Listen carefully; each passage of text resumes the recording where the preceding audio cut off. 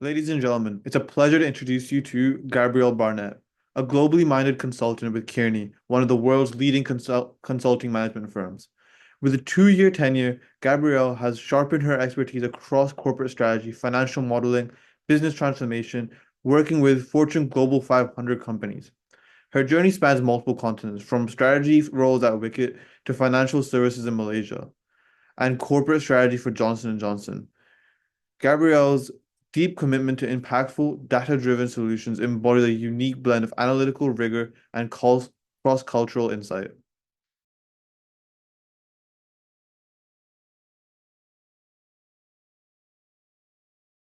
Welcome back to the International Careers Club podcast.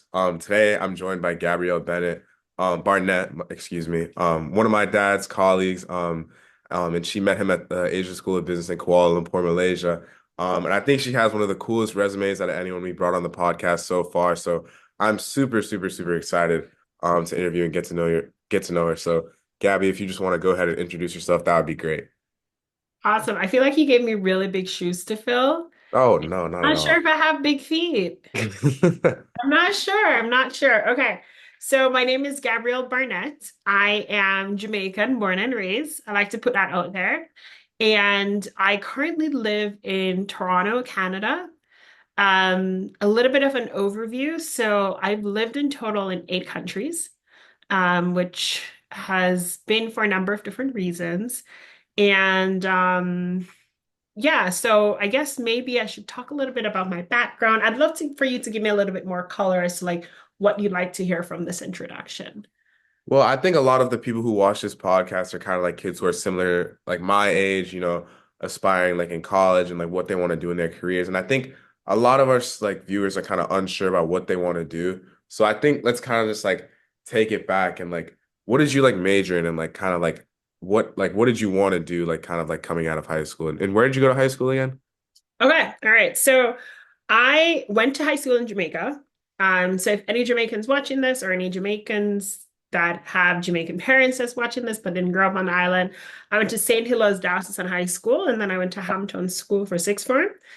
Sixth form is the equivalent of grade 11, 12 for you guys. We have 12 and 13 because we follow the British system. When I was in Jamaica, I actually wanted to be a diplomat. Mm. And because of that, I was just like, oh, I need to study all of these foreign languages and I need to be very proficient in all of these foreign languages. And I also need to know a lot about history and culture and psychology and really need to know how to work with people, manage people, and influence individuals to kind of just like, you know, go along with what I want them to do or to get their buy-in or basically how to negotiate, right? So I left the island with that dream, thinking that I'll be a diplomat. And I think at the time, I did not fully understand that the Jamaican system was much different from what I saw on TV, which is the American system, in the sense of just like the pathway to diplomacy. And I found that out because when I went to undergrad, I actually went to Mount Holyoke College. It's an all women's college in South Hadley, Massachusetts. And it is one, sorry, it is the oldest all women's college, and it was the first all women's college. I guess that's kind of like redundant to say, but Oh, they no, put no, it on the website, so I'll say it. And I studied international relations and I minored in Mandarin and I did a certificate in Latin American, Caribbean, and Latino studies. I know that's a little bit of a mouthful. So I no, went no, to no. Holyoke saying, like, I need to be a diplomat. So for me to achieve these goals, these are the things that I need to do. So I came in already knowing Spanish and I had studied Chinese a little bit before. And I figured like the Chinese people are they're taking over the world. They're like in business, they're in every aspect of like the world, like policy, business, everything. So I need to understand their language. I need to understand them because they're going to be major players. I also studied Portuguese, and that's really just because I felt that I wanted a language that would be easier for me to learn, having, being able to piggyback off one of the languages I already knew. I felt like Portuguese was good because it had a good number of speakers. It was not like Italian. And I tried French and I failed epically, Mm. like epically failed with French. So I studied abroad when I was at Mount Holyoke. I went to China for my first summer in like my freshman year. And then I was an exchange student in Spain. I did some work in Liberia, in Monrovia, one of the best experiences I've ever had. Love to talk about that if we want to get into that. And in all of these experiences, I would always go to the Jamaican embassy and like talk to the diplomats. And then that's when I found out that the pathway for Jamaica was very different from what is in the US. In the US, if you're qualified, you take an exam, that's what it is.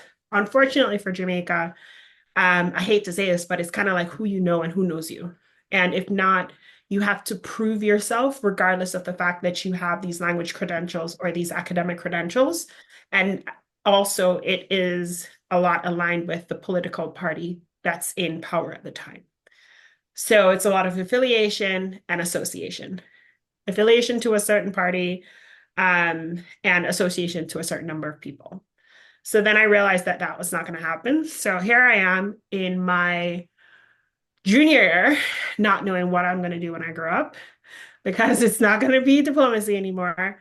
I studied IR, I studied all these languages, and I'm just like, I have no idea what I'm going to do next.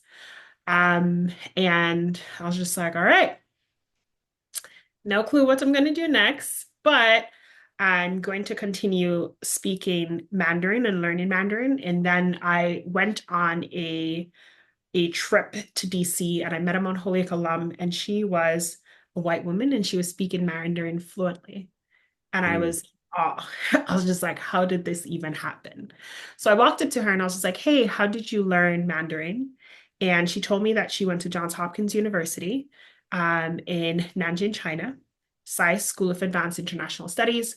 All of her courses were taught in Mandarin. And that's how she was able to like reach that level of fluency, because she was learning in the language and she had to present, read, and write in the language. So I was just like, okay, I'll apply. I applied. You have to take a language test because, of course, you're going to learn in a foreign language. Mhm. And let's say the pass mark was like 50. I got like 65, and I was just like, they're not going to accept me.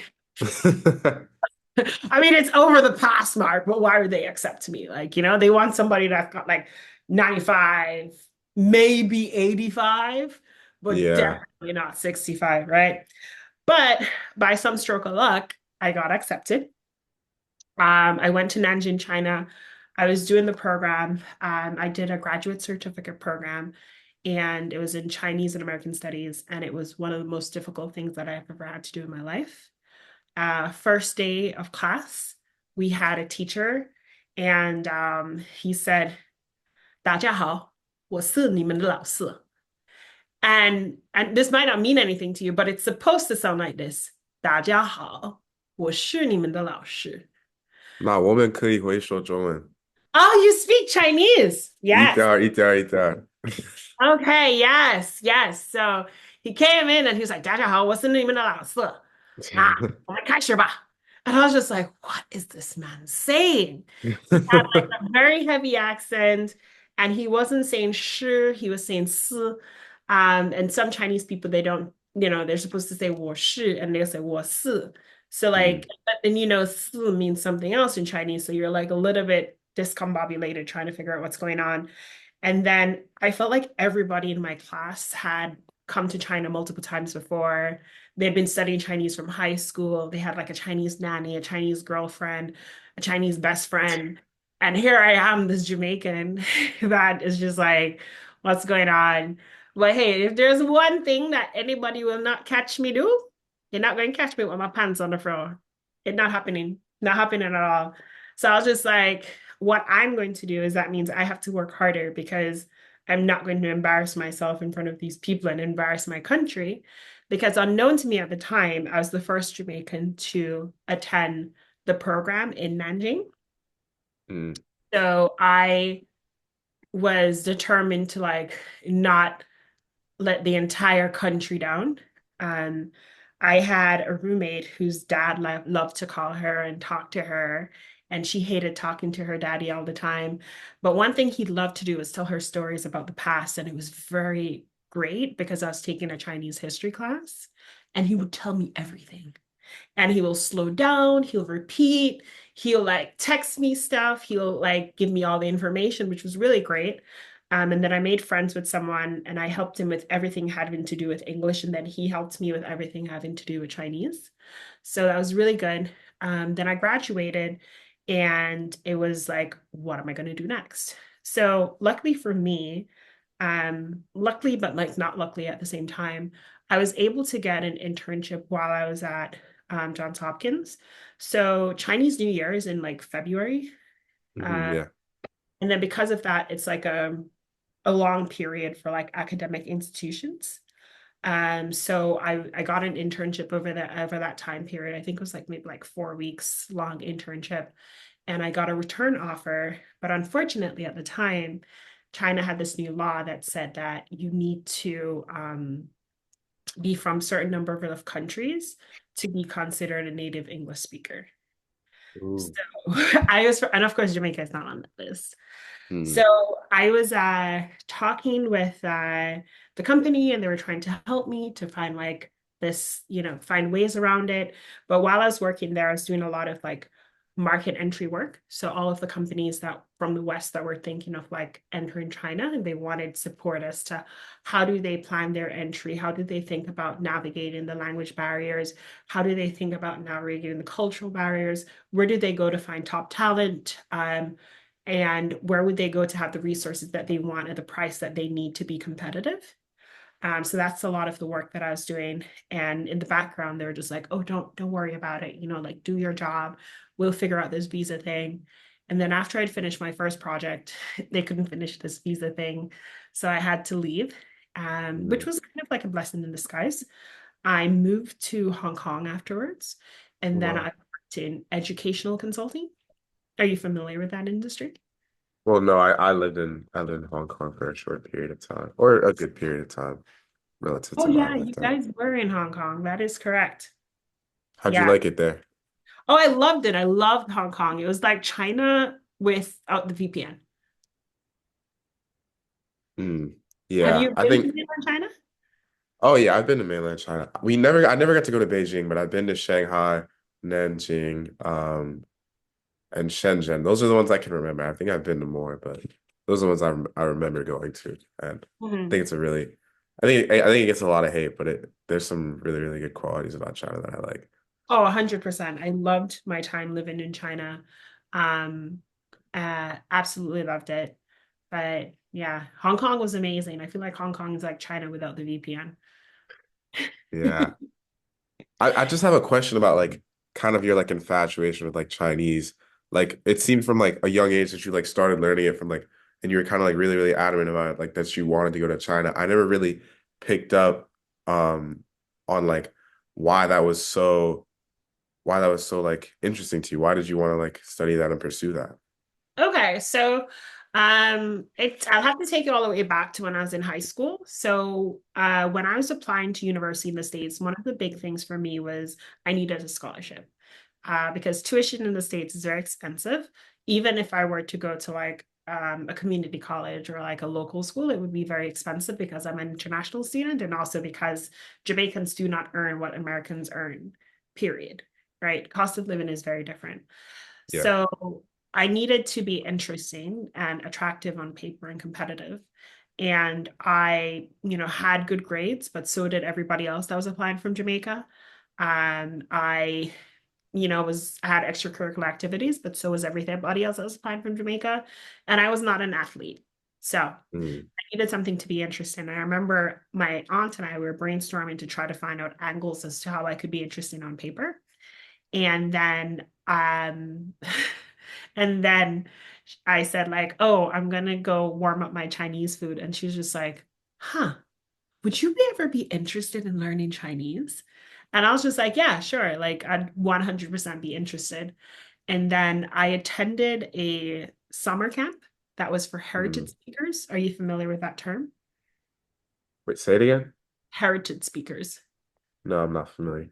Explain it. So a heritage speaker is someone who learns a foreign language from their parent, but they didn't learn it through formal instruction. So what that might mean is that their grammar and vocabulary does not match the level of fluency as that of a native speaker.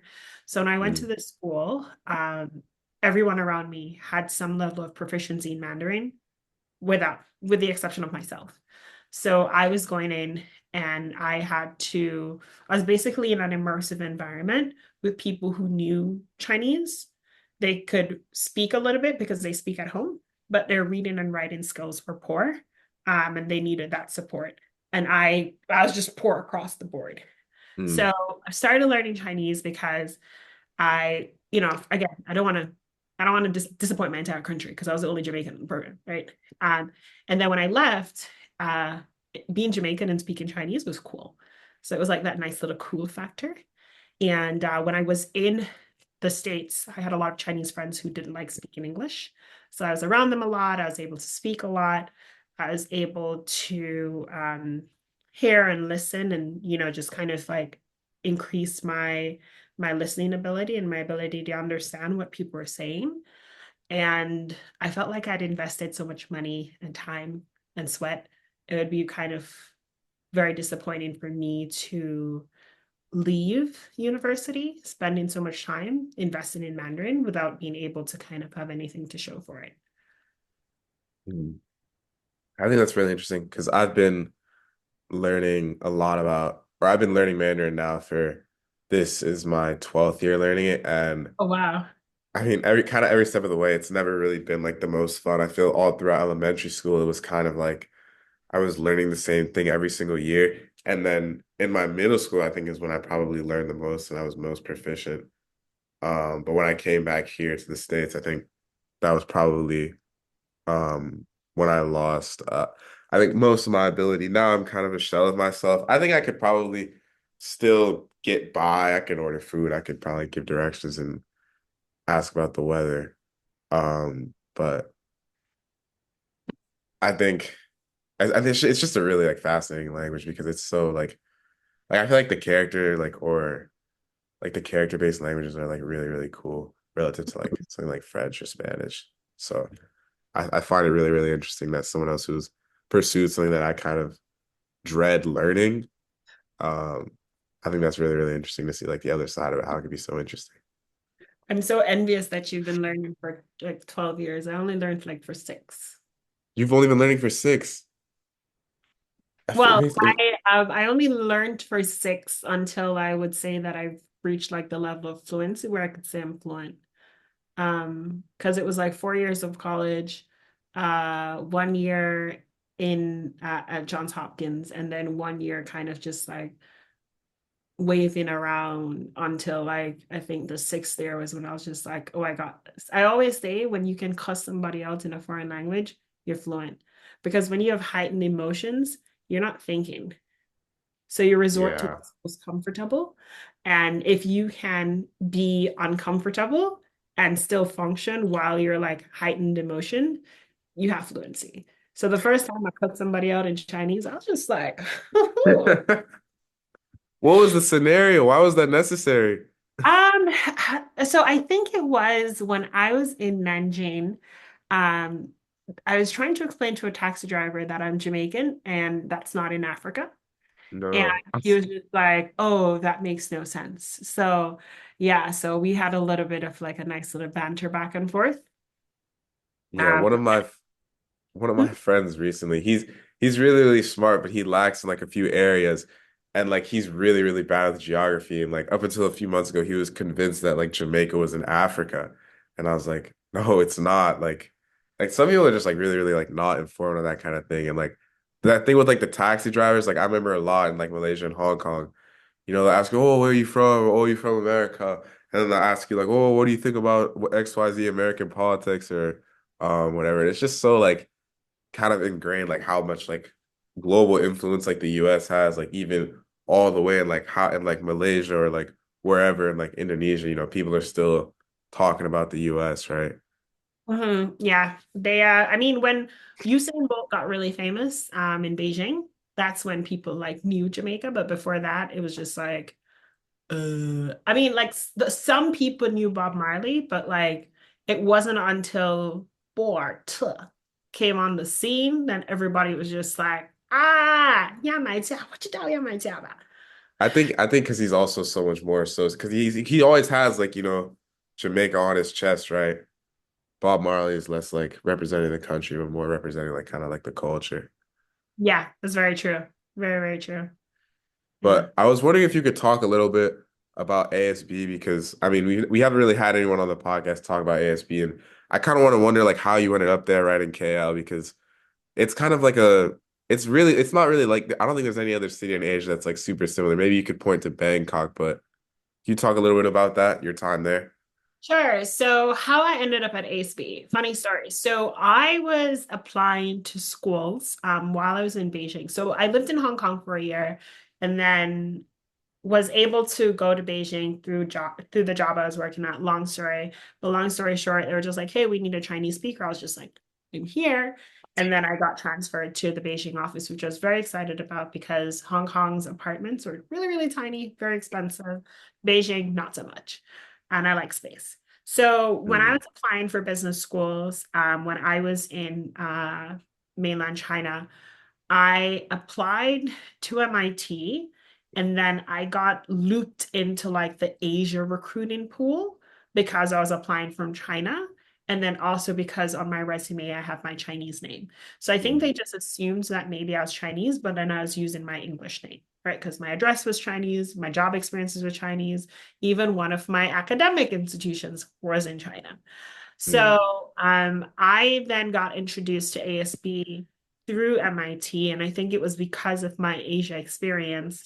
Then I had a conversation with I don't remember the individual's name, but I had a conversation with someone who told me like, "Hey, we think this would be a good fit for you. It's a good blend of like East meets West, and then also, your language skills and your background. I think it would be, you'd be a competitive candidate for the program." If I'm being 100% honest with you, if I didn't talk to Sean, I would not be convinced.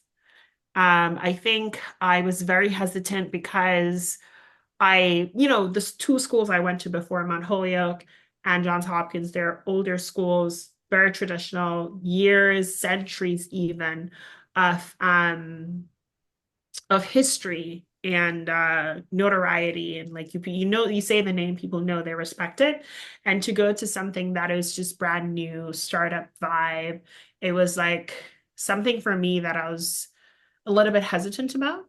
But I think what sold it for me was the opportunity to really experience Southeast Asia, and not just like the culture and the people, but also the businesses, and kind of just to see what's happening in these emerging markets. I always believe that if you can be successful in an emerging market, you'll be fine everywhere else because of all the red tape, bureaucracy, sometimes even bribery that you have to go through. Yeah, and my time at ASB was a little bit interesting because of COVID. It kind of really kicked off in my first year. I was also the first Jamaican there. mm. So that was Common also, theme. yeah, yeah, it is. So it was also like a very interesting experience at the time. The first year was very difficult, if I'm being honest, because we were going through a lot of uncertainty. It took us a while before we even got into Malaysia because the borders were closed. And then also we had to worry about the uncertainty of just like if somebody gets sick on campus, like, am I sick? Like we were still understanding COVID at the time. Vaccine was not out yet. I think one time someone had a party and two or three people got sick, and then they shut down the entire campus, and we all had to stay in our respective apartment units for 2 weeks, and we could not leave. And Oh that was a very wow. isolating experience because you're in a foreign country that you have not yet had the opportunity to explore. You don't really have any friends there quite yet. Most of your friends are in a different time zone. So when you're awake, they're sleeping. And now you're just locked in this tiny space and you can't leave because there is this virus that could potentially kill you outside. It kind of gives you images of like World War Z type of situation. So the first year was very difficult because of that. It was a very isolating experience. And then once, the restrictions started to gradually ease up, I had the opportunity to explore KL, to explore Malaysia, so not just like Kuala Lumpur, other cities, and explore Southeast Asia, and also make friends on and off campus. And then also have like the full experience of like traveling to the different country to do the action learning projects and stuff like that. So my second year was a lot better than the first. And the first year, was really tainted because, we were in a pandemic and we are really trying to navigate this like very unprecedented situation. I think that's really, really interesting. I think kind of one last question that I like kind of tie it all together, but I think we have to get out of here by like 9 past or 10 past. Kind of like tell me a little bit about Kearney and how like everything like you've kind of like done in Malaysia and Nanjing and like how that's all like come together and like allowed you to like be where you are now. Sure. So, good question. So, I think a lot of MBAs, when they don't know what they want to do after they graduate, they go in management consulting. Mm, And reason being is because it is one of the few industries, I believe, or I'm aware of, that allows you to be learning very quickly, growing, but also having the opportunity to still experience a lot of different industries, especially if you come in as a generalist. I mean, you still need to have the core skills. You need to be good in the quantitative aspect. You need to be good in reading, analysis, public speaking, presentation, of course. managing all that stuff. Like once you have those core skills, you're fine.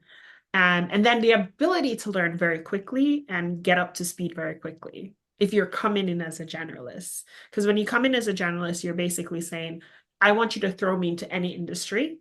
And so one of the things that I will say that had prepared me for that is one, I think living in so many different countries and always navigating ambiguity was something that was very important in feeling comfortable and like being able to get up to speed quickly and not letting like that nervousness or that like inner imposter syndrome speak to you, but like I'm going to thrive, that like perseverance and resilience.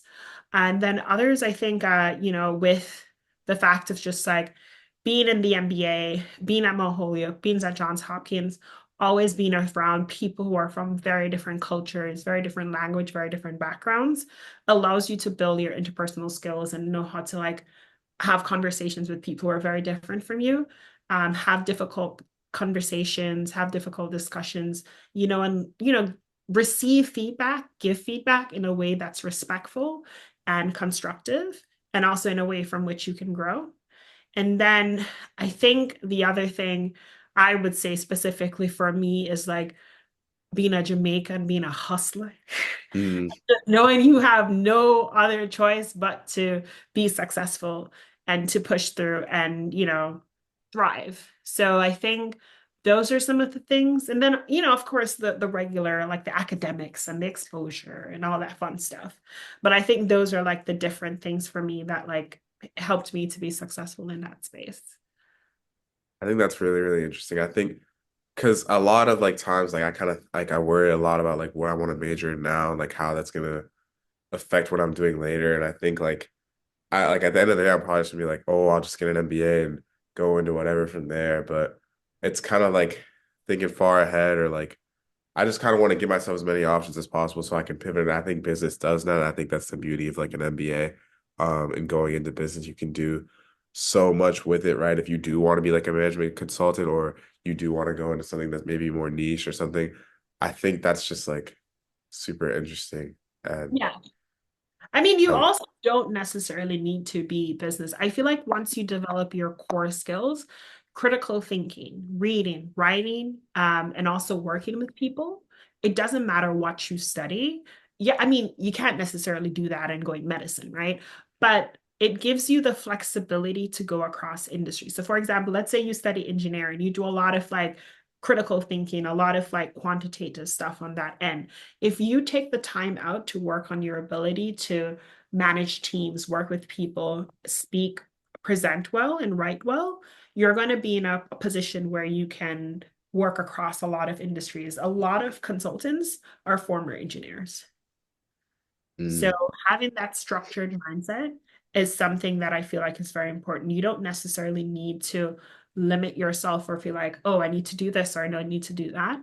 I think once you develop, like if you want to be an artist and you develop these other core skills, if one day you're not selling that $1 million painting, having that skill to be good at analyzing stuff, be good at presenting can help you in other ways to become successful. I think that's pretty Like that's pretty important. Like I think like my question for you is like, I mean, at this point where you're at in your career, it's like, is there something you say that you would have done differently or like a mistake you made or a regret that you might have had along the way? Oh, so many. But I think for me, like there are a lot of things that if, had I known, I would go back and change. Like if I could go back like 3 years ago, I'd take my entire sign-in bonus and put it in the video. Like, stuff like that, right? Yeah, yeah, yeah. I think for me, I would be less critical of myself. I think sometimes you're your harshest critic, and sometimes you are putting yourself down so much while everybody's looking up at you. You're thinking like, oh, I'm not as great as this person. I'm not doing this as the other person. Or, I don't know, Angelica and David, or I don't know, Damien, they're out here doing this, that, and the third. While you don't know, Angelica, Damien, and David are probably looking at you, be like, Gabrielle and Parker is out here killing it, right? So a lot of times, you need to step back and give yourself grace, not necessarily be okay with mediocrity, but understand the pace at which you're moving and understand, is this pace at the best of my capability? Your best may not be Usain Bolt's like a, world record. There's a reason it's a world record, right? But it might be Noah Lyles, winning the gold. You get what I mean? Yeah. So being okay and celebrating where you are at every pace instead of spending a lot of time criticizing yourself, being hard on yourself and not enjoying the fruits of your labor and living in the moment. I think that's something I definitely tell myself because a lot of times, like, I would be very harsh on myself, especially in undergrad. And this year I went to a lot of weddings and I saw a lot of friends that I haven't seen for a really long time. And a lot of them say, like, oh, I was so envious of your life. You were just traveling the world. You were doing all these great things. And I was just like, I was envious of your life. You bought a house, you got married, you have a kid. So the grass is always green on the other side. So I would say give yourself grace, celebrate where you are, and stop comparing yourself with other people. Compare with yourself with who you were yesterday and not who somebody is. You don't know if they're in the middle chapter of their book at the end of their chapter. I think that's probably a great way to like end the podcast because I think that kind of encompasses a lot of your journey and like where you've been and kind of like what I want to do with like this podcast, just kind of like not really worry about what other people are doing, right? Just kind of do me. I'm on my own path. Someone else may be further ahead, but really like they're at a similar stage on their own path. So yeah, I really appreciate you coming on the podcast, Gabby. Like I think this was a really, really good episode and I really appreciate the insight that you brought to my channel. Awesome. Thank you. Thank you so much for having me. Hope you guys enjoyed this iteration of the International Careers Club podcast. And we'll see you guys soon. Thank you.